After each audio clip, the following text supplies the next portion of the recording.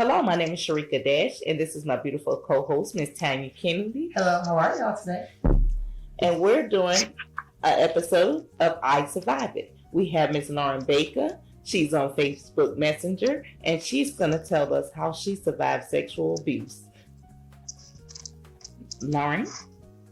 Hi, Sharika. Thank you so much for having me on the show. I really appreciate it. We're glad that you were able to join us today.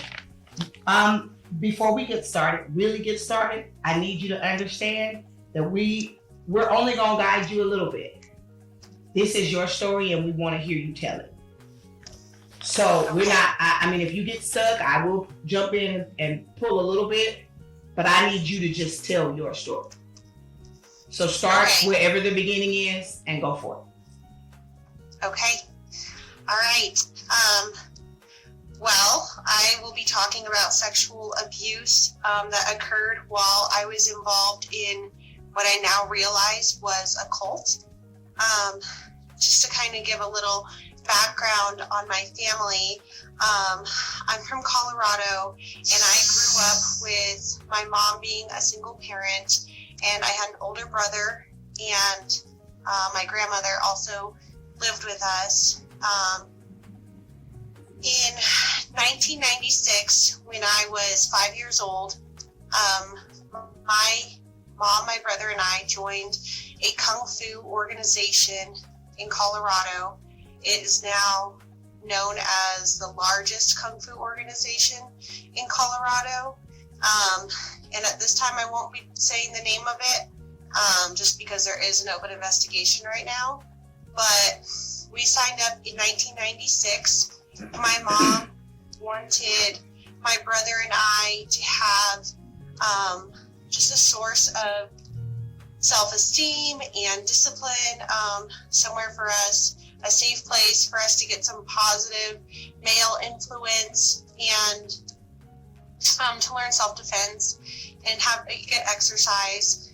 And then for herself, as a single parent, she wanted to be around a community of people that would always not make her question her self-worth, where she could learn to defend herself, build relationships with people that were trustworthy and kind. And that was really what drew us to this organization. About a month after my family started learning at the school, another person whose name is Shane, who was 13 at the time, signed up to take classes as well. And I'm mentioning Shane because he ends up being a pivotal person in this story. So I was 5, he was 13. My brother is a year and a half older than me. And this organization prides itself on being a traditional martial art and trying to do things the old way and how they say it. And they have a lot of rules and codes and things that need to be memorized by the students. Even if the students are little kids, everybody memorizes the same information. And there's a set of rules. And there's these 9 rules, but 4 of them really stand out to be there's just not something right about these 4 rules. So rule number 1, strict obedience, that's number 2. Number 1, respect for master and instructor at all times. Rule number 2, strict obedience to all rules in upper ranks. Rule number 4, serve and obey without question. And rule number 6, never argue with an instructor, for he is always right. Those rules were non-negotiable. The other 5 are not as weird as those rules. But I learned those rules when I was 5 years old, that you don't argue and you do as you're told. And even as a child, I started incurring physical and mental abuse at the hand of my teacher. My mom really didn't know where to draw the line, because it was a person that she was beginning to trust, and she thought that he was being helpful and disciplined. But I was always in constant fear of my teacher. If I did something to get in trouble, I was always afraid of what the consequence was going to be. In 2003, so we'll fast forward a little bit, I was 13 at that time, and we had all been still learning and training Kung Fu. And Shane, who I mentioned earlier, was now at the level of black belt and was one of my instructors. So not the instructor that was causing the physical and mental abuse in the beginning, but a kind of a secondary instructor. And there was a day in 2003 after a Saturday class that Shane asked me to go with him, a 13-year-old girl, to go with him down to one of the Denver Metro schools to help one of the other instructors move his location. So me, with no construction experience or any know-how, was like, yeah, that sounds awesome. Mom, can I go? And she said, of course. We know who you're going with. We've known him for 8 years. Here's some lunch money. And that was the day that my sexual abuse started, with one of my instructors, a 21-year-old man, to me, a 13-year-old girl who he had known since I was 5 years old. And that is kind of the day that kicked off about 2 years of sexual abuse from him. He would talk to me all the time whenever his age-appropriate girlfriend wasn't around. He would talk to me on my cell phone, email. I would sneak out of my house, which was nowhere near where he lived, in the middle of the night, and he would drive me to the University of Colorado, Boulder campus, where he lived in a frat house, sneak me in and out of the frat house, and would be having sex with me. And that's where I lost my virginity. I was resistant at first because growing up Catholic, I always thought, you need to abstain from sex until marriage. And when I brought that up to him, he said, well, I believe it's okay if you love somebody. And I said, well, what does that mean for me? He said, it means I love you. And that was it. This attractive older man in a position of authority had my willingness to be a participant in my own abuse. And I went from wearing clothes that my mom bought on sale at Kmart, plain cotton brief underwear, no makeup, nothing like that, to wearing heavy black eyeliner. All of my clothes needed to be black. I found ways to get underwear that my mom never would have bought me. And he looked my family in the eye for this entire period of time. He was a friend to my mom. She adored him, and he would teach her classes. He would teach my brother classes. He was a type of mentor to my brother within the Kung Fu organization. And the whole time he was having sex with a child. In December of 2003, I attempted suicide, and I was put into an inpatient psychiatric hospital for 5 days. And when I got out of the hospital, he and I just resumed talking like everything was normal. That relationship continued. When I was 13, I started cutting myself, not a lot, but on occasion. And then it progressively got worse.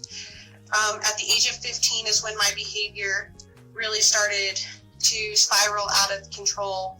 I was becoming very violent. I was committing crimes.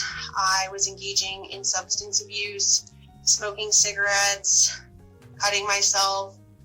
The cutting got really bad when I was 15. There was times I would cut my leg 50 to 60 times in a sitting. And even though at this time my relationship, as Shane would call it, with him had kind of ended, except for at the Kung Fu school, I was really in a lot of emotional turmoil. I moved out of my family's house when I was 16 years old. And I had an apartment, and I was working, and I somehow survived high school. I somehow graduated. I kind of held it together until I was 18, and then after I graduated high school, my behavior again got a lot worse. I was drinking an excessive amount of alcohol and doing drugs and letting terrible guys take advantage of me. I associated myself only with people that had no care in my actual well-being.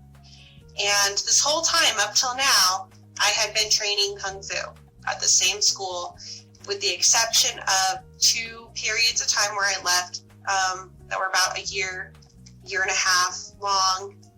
But somehow I always got sucked back in. It seemed like it's never going to actually be away forever.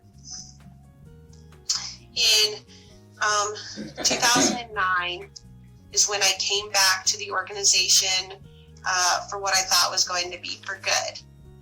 And Shane was still there, still a teacher, still in a position of authority, but I had always just chosen to block out what had happened with him because acknowledging it would be too painful. And so it was easier just to pretend it never happened. When I was 20 years old in 2010, I became a student instructor in this organization. And what that meant was I would start paying a lot more money and have to be at the school for about 30 hours a week. Pretty much doing free labor, teaching, running the school, cleaning, babysitting my teachers' kids, basically anything that needed to be done. It was my responsibility, and it didn't matter if I was sick, if I was injured, I better be there, and I better be there on time. And it was extremely stressful.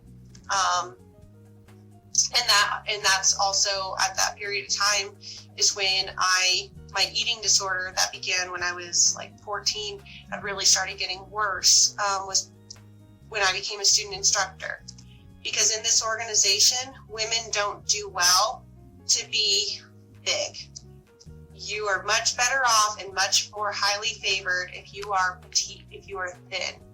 And I was ridiculed openly in front of other female student instructors, in front of students about my size. There's a lot of manipulation and mental and emotional abuse that occurs to the student instructor of this organization. And my belief is that that abuse is dished out in order to filter out the people that won't take it, that won't continue that cycle on in the future. So they get kind of filtered out as student instructors. But I always felt like I can't actually leave. I didn't want to be there as a student. I didn't want to be there as a student instructor. I didn't want to be there as a black belt, but we'll get to that. I thought I could never, ever get out. There's no way I could leave. I got black belt when I was 25 years old, and I was the first female black belt in over 20 years. Women never seem to make it in this organization, and that's because most of them ended up being abused or dated by their instructors. I was ridiculed for what I hoped to be the last time at a organization-wide event the summer after I got my black belt, and that was about my weight.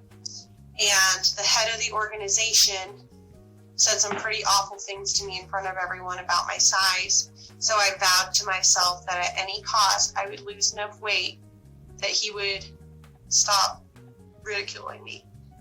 So for 6 months out of the year, he goes to Florida and he leaves. And so he left about a month after that, and my eating disorder got crazy. And I was eating about 800 calories a day. I was working out, burning at least 2,000, 3,000 calories a day. I was restricting. If I ate something I shouldn't have ate, I would throw it up. And I lost about 35 to 40 pounds while he was gone in Florida.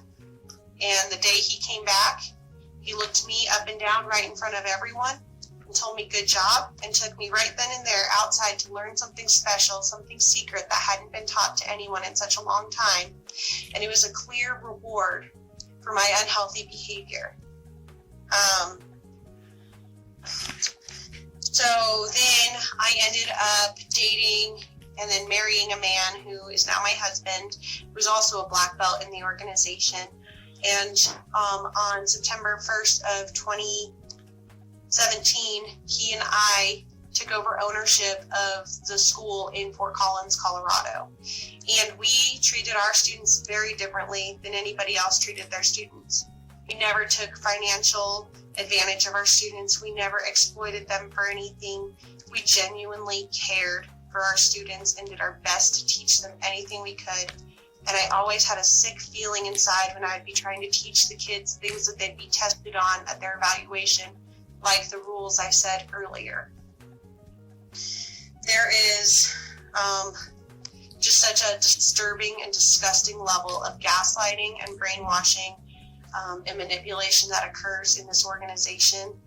The amount of money that is paid for extra events and for merchandise that's not optional, it's all mandatory, is always paid in cash. And that's not supporting all of the instructors. No, it's supporting the one person in charge of the entire organization.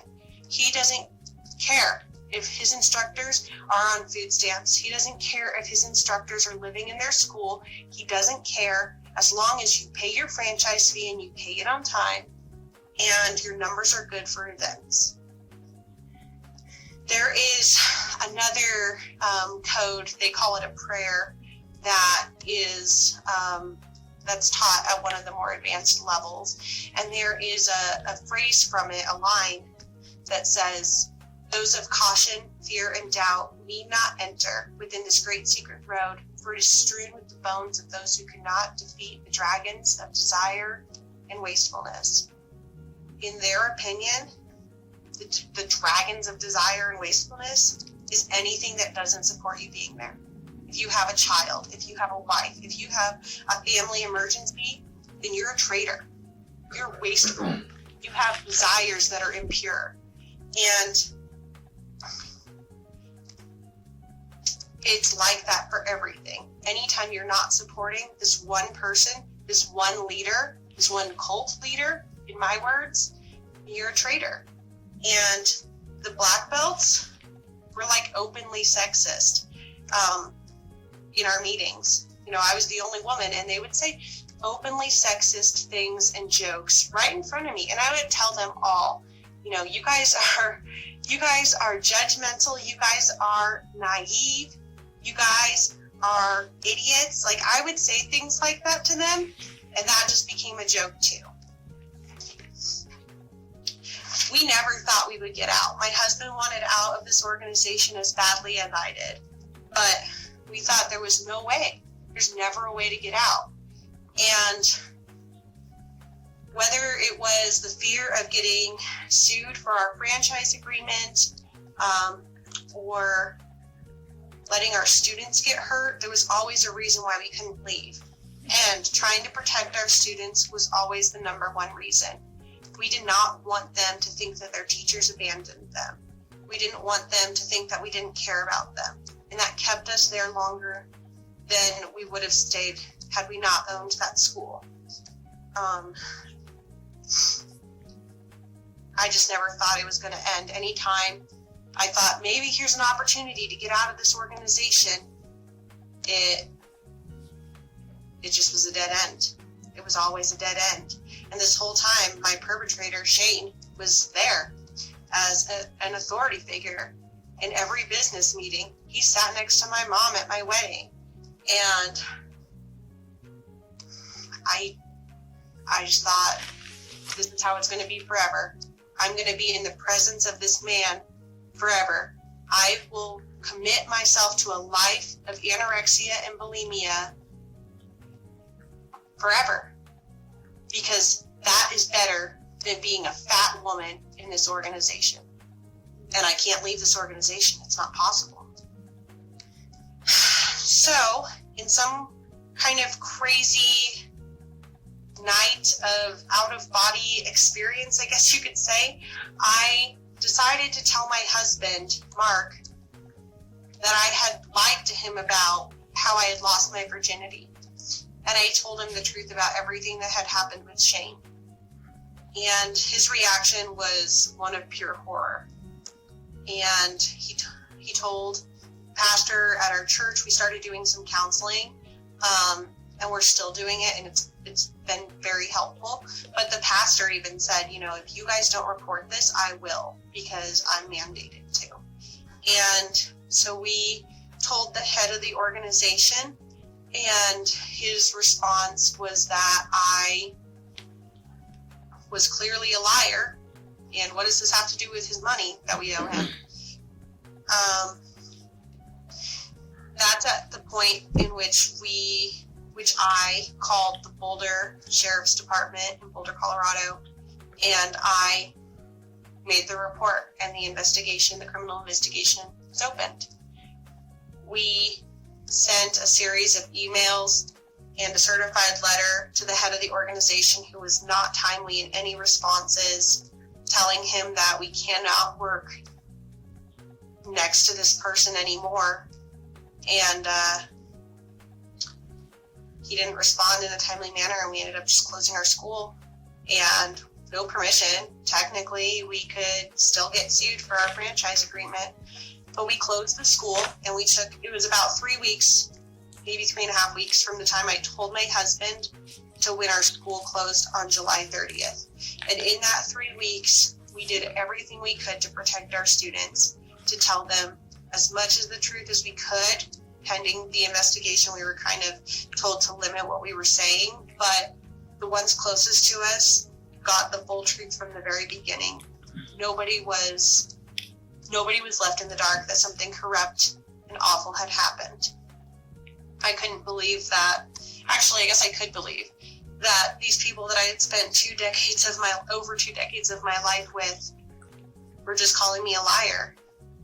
And it wasn't until the doors closed and we locked it for the last time and we went home that my husband and I realized, oh my gosh, everyone who has left was right.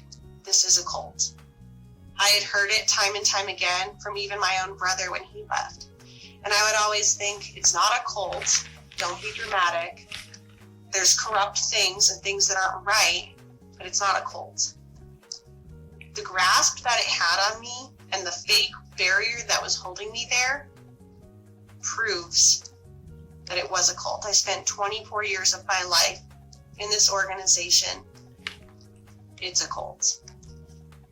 So shortly after the school was closed is when I had my permanent protection order hearing against Shane.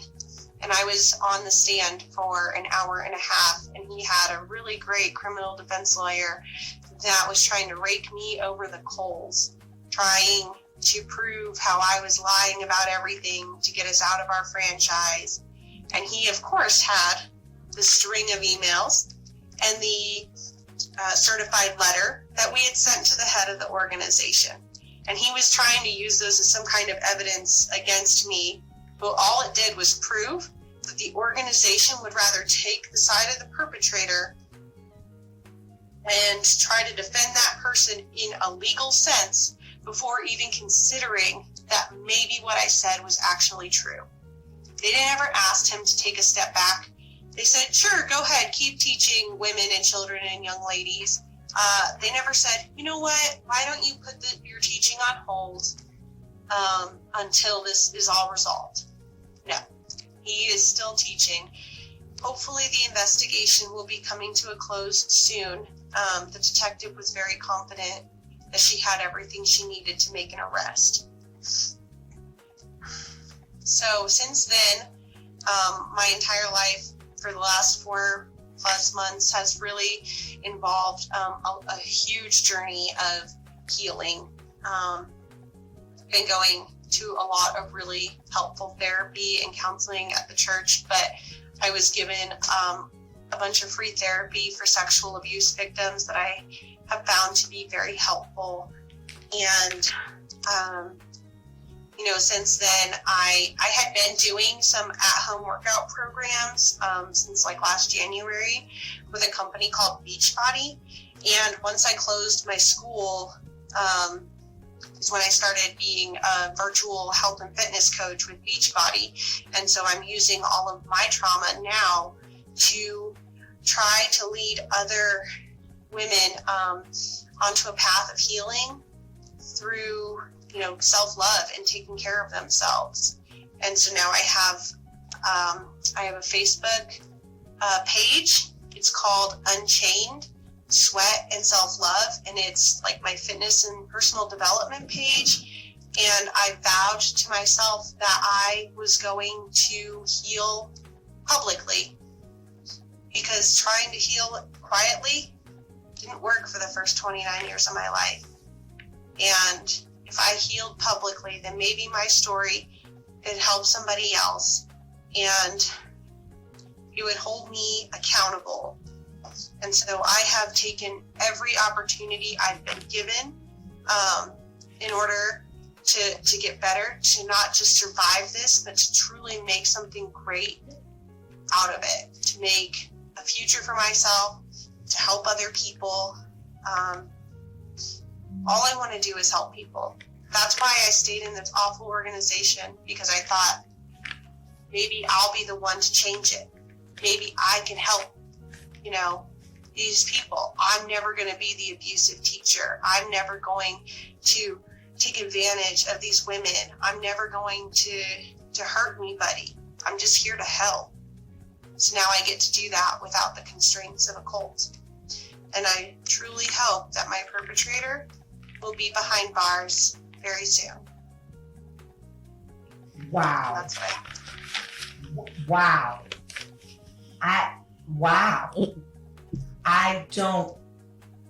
First off, I'm proud of you. I mean that like in a serious way. As a Me Too survivor of sexual abuse from a young kid to then someone much, much older in a position of authority, because he was the brother of my friend and we were both 5 and 6 and he was like 18, 19. So the gap, a very huge gap. And so I understand when they convince you that they love you when you're little, Right. you think they love you. They've got to. They said it. That must be the truth. And then to stay in it for so long, to then be on this path of saying, okay, enough is enough. Yeah. I'm suffering. I have to tell my husband, and then I have to now. Wow, I'm floored. Like I'm honored that you allowed us to tell your story. That is amazing. Shamika's gonna ask you some questions. Thank you. Okay. So Lauren, the first question I want to ask you, what was the hardest part about you telling your truth today? I'm sorry, I couldn't hear you. What was the hardest part about you telling your truth today? Probably the magnitude of people that are going to hear it, because I've kind of taken just like some baby steps. Like I told my husband, I told my mom, I told people in the organization, and then the detectives, but I haven't told this story. And we really want to thank you for letting us help you get this story out, because as you know, our podcast is really new, and this is the kind of stuff that we look forward to helping others. And we also want your story to help women who is not so strong, that's not so brave, that's not willing to stand up and fight. And we have seen so many situations where people take their life in situations like this because they figure they're not strong enough to fight. So we like to have someone strong enough to show them that you can do it too. Okay, second question. If there's one message you could give anyone that's going through the same thing you were going through, what would be that message?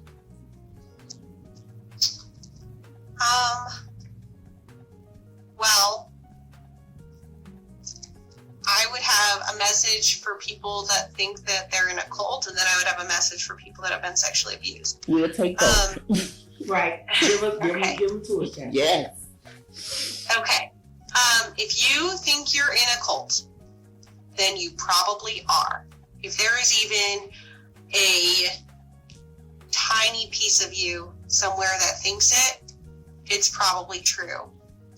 And don't let anybody tell you that you're just making things up or that that's not possible, because that's exactly how gaslighting works, is making people think that they're crazy. And you're not crazy. If you think you're in a cult, you probably are, and you have to get out. And the way out, it's not as hard as you think it is. You just have to walk away. Every barrier in front of you, it's just a fake barrier. And then as far as sexual abuse victims, I think that a lot of young people that undergo statutory rape or molestation or, any type of sexual abuse, it's by somebody that knows them. And whether that means that they're a family member or a family friend or a teacher or a coach or, somebody that knows them, it's okay to tell someone. There are safe people to tell while it's going on. If you're a young person and this is happening, they don't love you. You're not the only victim. They probably have a list of victims, and you need to tell somebody. And if you're an adult who has kept this bottled inside of you, you need to reach out, because it will eat you alive, and you won't even realize that that's the cause of what's destroying you. But it's probably the cause of what's destroying you, and you need to just tell someone, even a stranger. Find a support group, find a counselor, tell someone you love, someone you trust. Don't keep it inside of you. Wow. Was there a support group or organization that helped you through? Yeah. So the judge sent when I did my restraining order hearing, my judge sent, the judge sent all of my information over to an organization called SPAN, and it stands for Safe House Progressive Alliance for Nonviolence, and that's here in Colorado. And all of their services are free. And so I just finished up the day with my counseling. I had 8 free sessions on top of my intake, and now in 3 months I can go back and get another 8 sessions. I didn't have to pay for anything. There's free community support groups through that, and so I'll be starting those in the next few weeks. And then the other thing I would say is I really want to put some emphasis on the community I've been involved in with Beachbody, especially just the coaches that I've been working with, because everybody has something, and they put it out there. Everyone puts their story out there, whether it's divorce or infertility, miscarriage, sickness, whatever it is. People are putting it out there and being authentic in their stories, and that has been huge in helping me to put my story out there. And then just sweating out all these emotions, just working it off in the privacy of my own home, getting drenched in sweat in order to save my soul, has been a huge saving grace for me. And Beachbody, I feel like this is something I had no idea what it was going to do for me, but it gave me an enormous support system outside of my husband to really lean into. If you had to design a support group or organization for someone that was going through this, what would your design of a support group be? I'm trying to actually work on that right now with my page, Unchained Sweat and Self-Love. So right now, I think I have like 400 and something followers on that page. But I want people to know that page is not just there for me to put my journey out there, but it's for other people to be engaging too. they have something, like there's a way to message me on that page. I'd be happy to talk to anybody about sexual abuse or addiction or self-harm. I'm happy to talk to anybody. And I think that putting, my health and fitness component into it is supposed to really kind of get the self-love rolling, because you're doing something good for your body. And I think that the more water you drink, the more healthy foods you put into your body, when you're exercising regularly, you're taking care of your body, and it helps to take care of your mind as well. So I'm trying to make it a fitness, yet healing and personal development page all in one. That's what I'm shooting for. And I hope that it just continues to grow and grow and grow, where there's a huge movement of people not just taking abuse from other people anymore, and they're just healing themselves for their self. Okay. And if you could say there was one person who stood by you and was always one phone call away when you was going through this, who would be that one person that you would give that credit to? Well, with all of the turmoil that's really come about in the last 5 months, 100% that would be my husband, Mark. He has seen every breakdown. He has seen every rageful fit. He has seen just everything, and he just is nothing but love and support and kindness always. But if you want to talk about long term, the whole story, I would say my mom, because she was always there through all of it, and I was really out of control for a while, but she never gave up on me, and she's still there for me.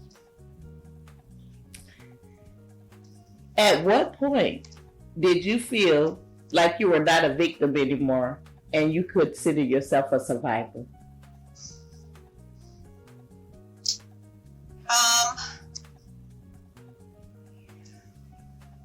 Honestly, I think it was the night we locked the school for the last time, because it was like, I'm out. I'm out of the cult. I'm out of being mandatorily, if that's even a word, stuck next to this person who has abused me, and these other men who have done nothing but abuse me mentally and verbally my whole life. And then my sexual abuser is just sitting across from me in a business meeting. It was like, once I was away and that door closed, I was like, I survived, got out. And everything since then has just been solidifying that. Every win, meaning like the restraining order hearing, or hearing the detective say that she thought she had everything she needed to arrest him, all of that is just, it's cake. But I survived when we shut that school down. Well, Lauren, we want to thank you for sharing your story. And we want to also congratulate you for having the courage to step away, because there's not a lot of people that do. And we want to congratulate you. I'm just, Thank you so I'm much. still amazed. Like, I'm still floored, because in my mind, I have a question, and then we're going to wrap this up, but I have a question. Even though you went through what you went through in your martial arts training, because on the one hand, you had all this trauma, but on the other hand, you had this training that is actually, you're the only woman in an abusive, tragic situation to actually achieve your black belt. Yeah. So to me, that says something about you in and of yourself. Because it sounds like they would block the other girls from getting their black belts because they were women, but you got yours in the middle of an abusive situation. And coming from someone who I wanted to take martial arts and never got the opportunity to, And then when I finally was old enough to say, I'm going to do this myself, I broke my ankle. So then in my mind, how am I supposed to take martial arts? And if you kick me wrong, I'm going to be crippled. So I can't, you understand what I'm saying? I never got that opportunity. And you against sexual abuse, sexual harassment, molestation, job harassment, extortion, and you walked away with your black belt in whatever, I don't know if it was Kung Fu or Tai Chi or whichever one, which martial art it was. Kung Fu. But you walked away with a black belt in Kung Fu on top of everything else. And that's amazing to me. But do you appreciate the black belt because of the accomplishment, regardless of the trauma? I do. What I most learned about myself in the ability to get that black belt is like, I don't think I'm going to have to use my martial arts to defend myself. I mean, maybe, but probably not. But I realized that I succeeded in an insanely uphill, if not completely vertical battle. I succeeded with every odd stacked against me in an organization that is, you know, heavily disgraceful to women. And I still somehow succeeded. So I know that in a regular, normal situation with normal challenges and normal parameters, of course I can be successful because I did it in the worst possible situation and I still succeeded. So I'm pretty proud of that. That's a testament to who you are as a person. Mm-hmm. And I'm honored that we were able to tell your story.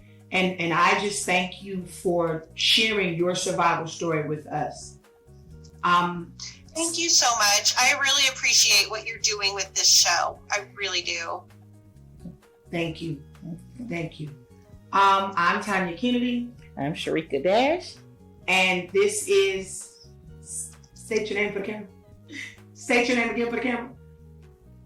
Lauren Nicole Baker. And this is Lauren Nicole Baker, and this is I Survived It. Lauren, don't hang up. Don't hang up, Lauren. Okay.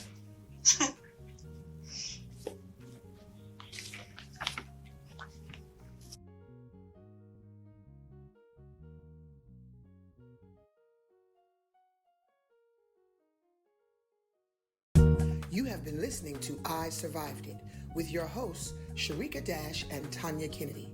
This podcast is brought to you by the Changing Lives Through Media Network, Dash Entertainment, and the Tanya Kennedy Media Ministry. You can find us on Facebook at Life After Loss, LYFEAFTERLOSS, on YouTube at Life After Loss, LIFEAFTERLOSS, and on Instagram at life_after_loss, on Twitter at CLTM9. Music by Techno Vibes T.